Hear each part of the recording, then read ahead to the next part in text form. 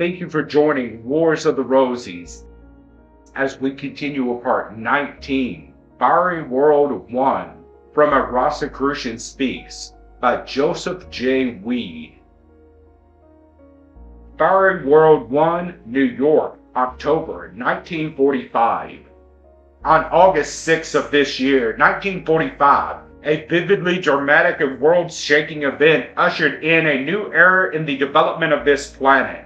The exploding of an atomic bomb over the Japanese city of Hiroshima will, in days to come, be heralded as the first application of nuclear energy, the first large-scale release of atomic force for a specific purpose, but only a few will recognize that it marks also the greatest spiritual event in the memory of man.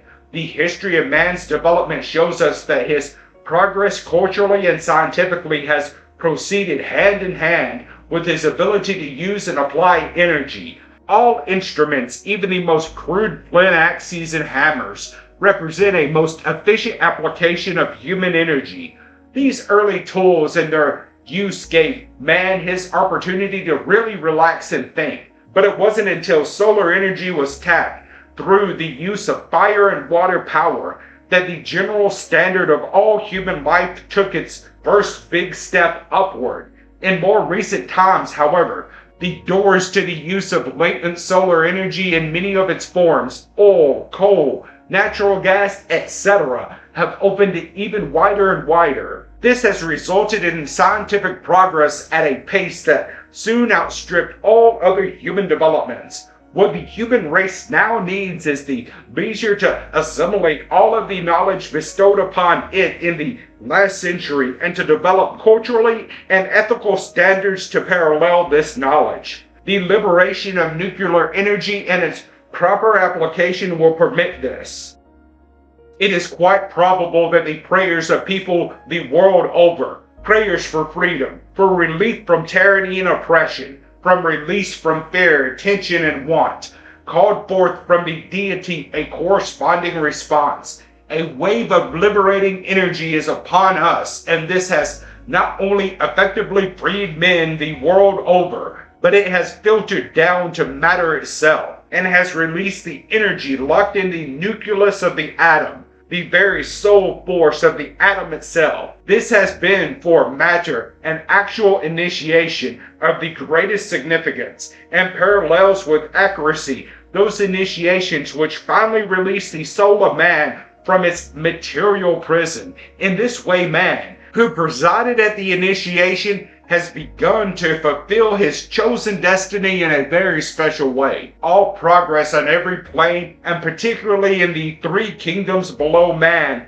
and subject to him, has been greatly sped up. This will become increasingly evident in the next 20 to 50 years. It will soon be realized that different types of atoms release different types of energies. When these are classified and properly applied, destitution will lie abolished.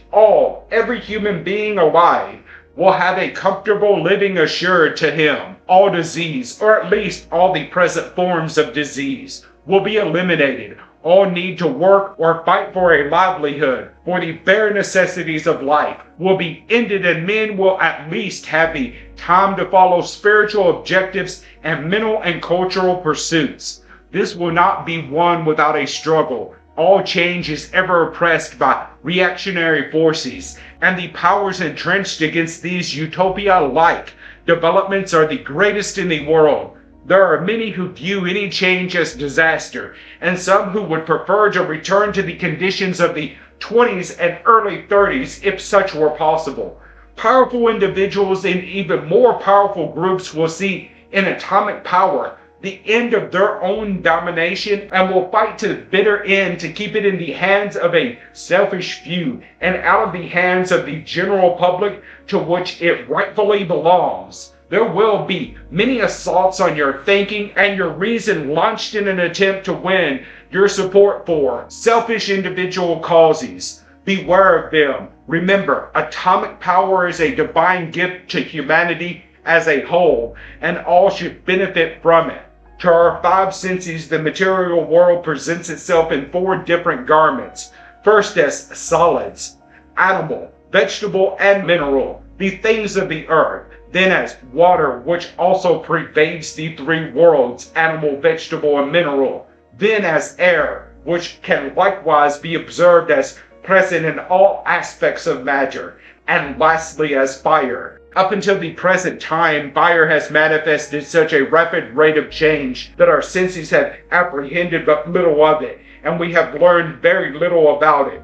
Roughly, we know that any oxidation process is a manifestation of fire, and that oxygen is referred to as the fiery element. The erosion of a stone mountain, the rusting of metals, the burning of wood, and certain changes in animal material are all forms of oxidation. We are all prone to regard only very rapid oxidation, where flame and heat are manifested, as fire. But all of these processes are fiery ones, even though some are of a relatively low order.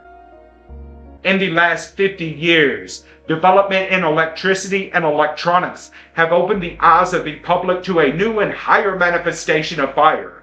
Flame is a manifestation of electronic energy released because of a chemical reaction. Electricity is a manifestation of electronic energy because of a magnetic reaction. In both cases, however, the energy released is that of the electrons, which roll about the nucleus of the atom. The electrons are much smaller than the nucleus. Roughly, it would take almost 2,000 electrons to equal the weight of one proton, which is what the particles in the nucleus are called. And the difference between the energy content of the electron and the proton is even greater. Thus, the liberation of nuclear energy gives to the world a force which is both in quantity and quality from any other. The very soul of the atom is freed, and in the process a type of energy is released which up till now has been observed only in the sun itself. This is a new manifestation of fire.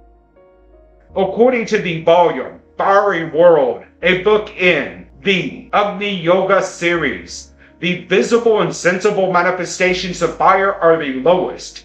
Since we now can observe and begin to understand electronical manifestations and to know that they are higher manifestations of fire, it is not so difficult for us to accept the idea that there are higher grades of the fiery element as yet unobserved to us. The release of nuclear energy is additional evidence which helps us to better understand of how this may be possible. While the basic elements, earth, water, and air, are quite obviously present in all things, mineral, vegetable, animal, and human, the element of fire is considered by most people to be different and present only under special circumstances. Yet fire interpenetrates and pervades all things and is more vitally present than any of the other three. Fire is everywhere in various guises and in different degrees. It is the cohesive force and the energizing power. All creative action is fiery action. Fire heals and destroys. Fire is present on the physical, etheric, emotional, and mental planes, and of course on the soul plane too, where it manifests so beautifully as the power of love. We know of the psychic or subtle world. It is not too difficult to make contrast with and consciously enter the subtle world. The cosmic or fiery world exists in the same manner as the subtle world, but its state is much finer. The fiery world is as far beyond the subtle world as the subtle world is beyond and different from the physical. But the fiery world is far larger and far more important and far more significant than either the physical or subtle worlds. The physical world is and exists right here on Earth and on other material spheres similar to this planet. The subtle world exists in the envelope which surrounds our Earth and similar planets. But the fiery world interpenetrates all the worlds and all the space between. Strive towards the fiery world. Welcome the obstacles in your lives that create the fiery tensions, for these permit you to approach the fiery world. Friction in the physical world creates heat and a low form of fiery manifestation. The friction caused by a clash of personalities in your home or business creates heat too. If this fiery manifestation is absorbed silently and not dissipated in useless argument and complaints, it enables one to approach close to the fiery world. Welcome the opportunities of approach to the fiery world. Your aspirations and your prayers bring you these privileges. Do not waste them. Do not disregard them. Cherish each obstacle as a heaven-sent gift. Permit your own fiery nature to expand and grow strong under the nourishment of resistance and opposition. Do not struggle outwardly. Do not waste these precious gifts. Do not take them into your heart and absorb them there. Grow even stronger and stronger in the world of spirit and cosmic fire. Thank you for watching, and please don't forget to share, like, subscribe, and comment. And if you can, please consider donating to Wars of the Rosies. Links to PayPal and Patreon are in the description. Thank you so very much.